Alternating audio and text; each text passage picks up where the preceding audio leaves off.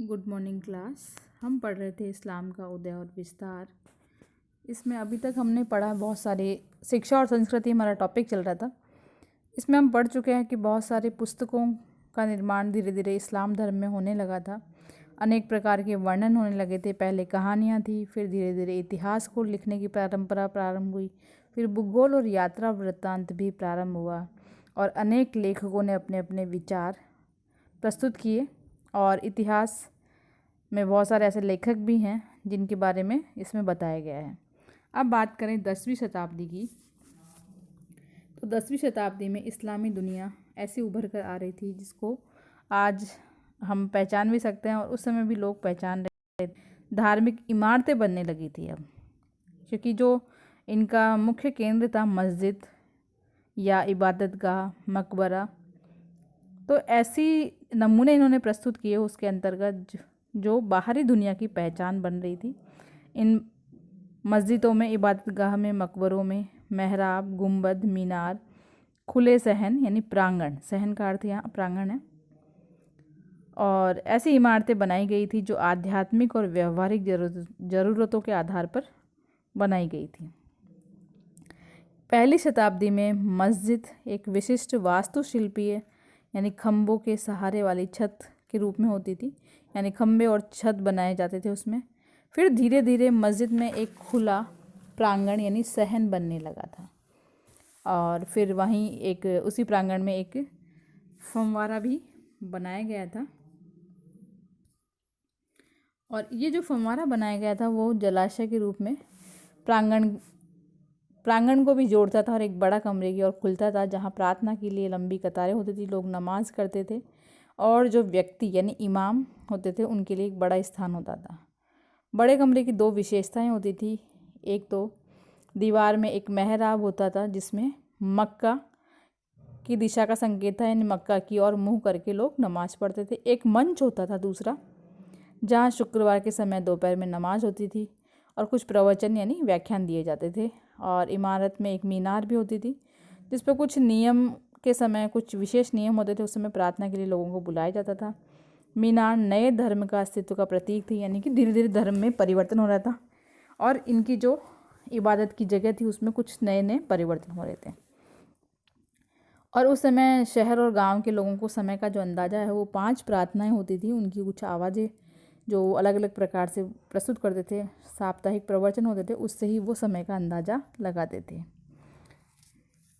केंद्रीय जो प्रांगण था ईवान, उसके चारों ओर निर्मित जो इमारतें थे उनका सही स्वरूप न केवल मस्जिद और मकबरों में दिखाई देता है, बल्कि उस समय सराय, अस्पताल, महल, इनमें भी इनका स्वरूप प्रस्तुत किया जाता है। यानी कि उस समय इमारतों का निर्माण मुसलमानों ने या इस्लाम धर्म ने प्रारंभ किया था, तो वो केंद्रीय प्रांगण भी इन सरायों और अस्पतालों और महलों में भी प्रस्तुत किए जा रहे थे, बनाए जा रहे थे।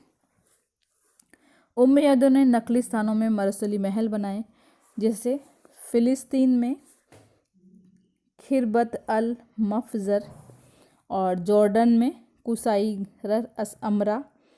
ये एक विशाल पूर्ण निवास स्थान थे, कुछ शिकार और मनोरंजन के लिए विश्राम स्थल के रूप में भी काम में आते थे। महल बनाए गए थे।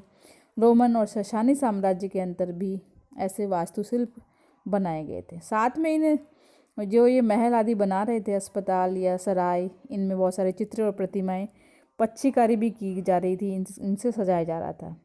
अब्बासियों ने समरा के बागों और बहते हुए पानी के बीच एक शाही शहर बनाया था, जिसका जिक्र यानी जिसका वर्णन हारून अल रशीद की कहानियों में प्राप्त होता है।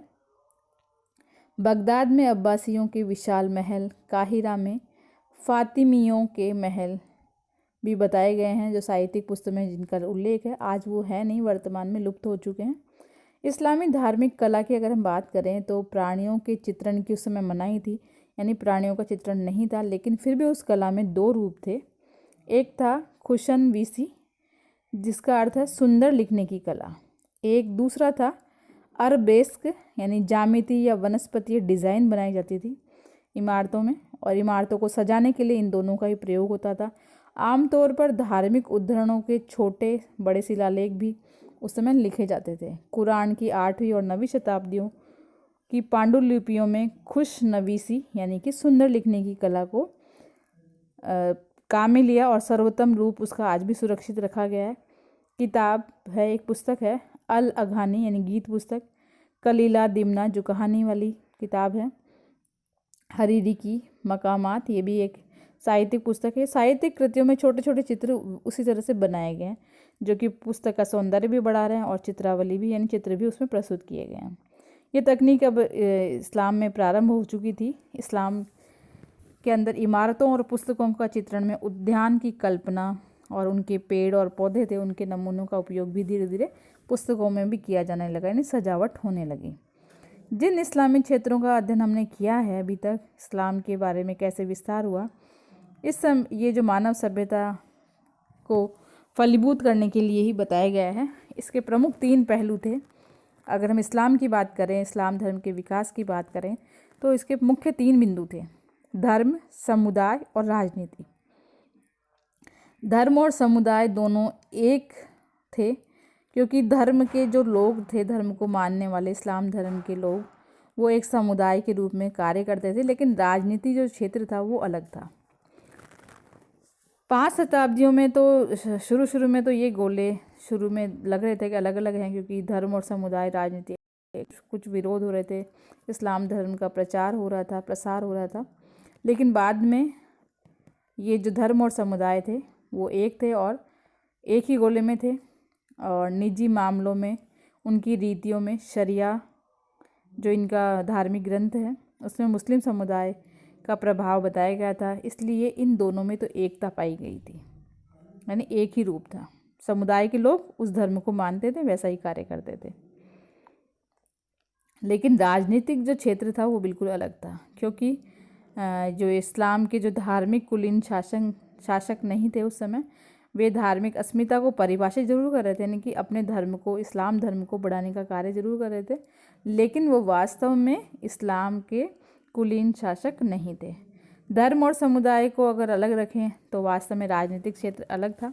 मुस्लिम समाज का जो क्रमिक संसारीकरण हुआ था वो इसी के कारण हुआ, और कुछ दार्शनिक और सूफी भी इस संसारीकरण का यानी कि इस्लाम धर्म को बढ़ाने का सुझाव देते थे। नागरिक समाज के धर्म को स्वतंत्र हो जाना चाहिए और रीतियों और जो उनके कर्म कांड है उनकी जगह आध्यात्मिकता को होना चाहिए, ऐसा भी इन्होंने सुझाव दिया। कहने का तात्पर्य यह है कि इस्लाम धर्म में धर्म और समुदाय और राजनीति ये तीनों ही अपने क्षेत्र को बढ़ा रहे थे, और धीरे धीरे आध्यात्मिकता के प्रभाव के कारण इस्लाम धर्म का प्रसार हो रहा था।